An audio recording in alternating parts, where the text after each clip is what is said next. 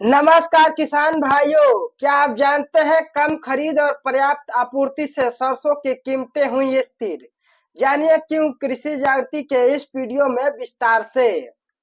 राजस्थान की जयपुर मंडी में 10 से 17 सितंबर के बीच सरसों की कीमतों में 50 रुपए प्रति कुंटल की वृद्धि दर्ज की गई। 10 सितंबर को मंडी में सरसों का भाव 7,337 प्रति कुंटल था, जो 17 सितंबर को बढ़कर 7,387 प्रति कुंटल हो गया।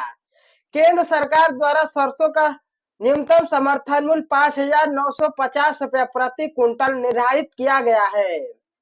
राजस्थान में इस सप्ताह सरसों के बीज की आवक घटकर 4.5 लाख बोरी रह गई, जो पिछले सप्ताह की तुलना में लगभग 13% कम है। वहीं देश भर में कुल आवक 5% बढ़कर 15.25 लाख बोरी दर्ज की गई है। राजस्थान जैसा प्रमुख उत्पादक क्षेत्र में भले ही आवक घटी हो, लेकिन देश के अन्य हिस्सों में पर्याप्त आपूर्ति बनी हुई है। Solvent extractors association of India के आंकड़ों के अनुसार भारत ने फरवरी से जुलाई 2025 के बीच 8.63 लाख टन सरसों खली का निर्यात किया, जो पिछले साल की इसी अवधि के लगभग बराबर है।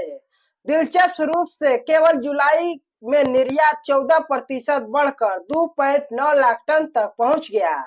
यह वृद्धि घरेलू स्तर पर मजबूत सरसों तेल की मांग और चीन के बड़े खरीदार के रूप में उभरने के कारण संभव हुई है।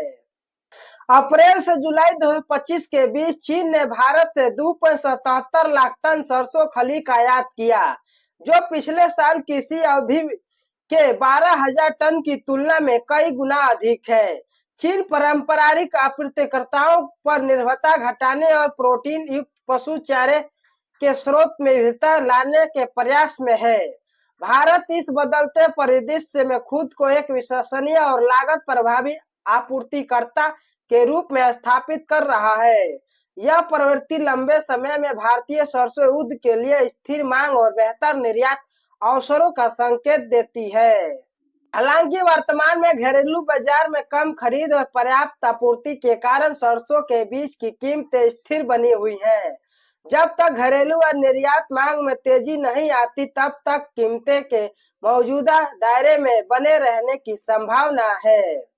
कुल मिलाकर सरसों की बम्पर पैदावार और बाजार में पर्याप्त स्टॉक होने से उपभोक्ताओं को राहत मिली है, लेकिन कई किसानों को अपनी सरसों फसल का सही दाम न मिलने पाने की चिंता भी है। धन्यवाद, मिलते हैं अगले वीडियो में।